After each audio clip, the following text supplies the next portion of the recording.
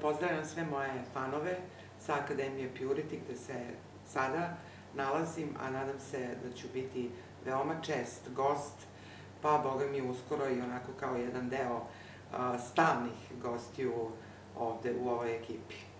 Razlog tome je što sam danas posvetila dan da provedem ovde i imala sam sreću da sam bila u rukama izuzetnih profesionalaca koji su se veoma ozbiljno pozabavili mojim ne baš više tako mladim licem, odnosno kožom lica.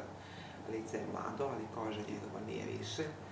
I prezadovoljna sam, nisam sigurna da li vi vidite tu promenu, ali ja je već vidim.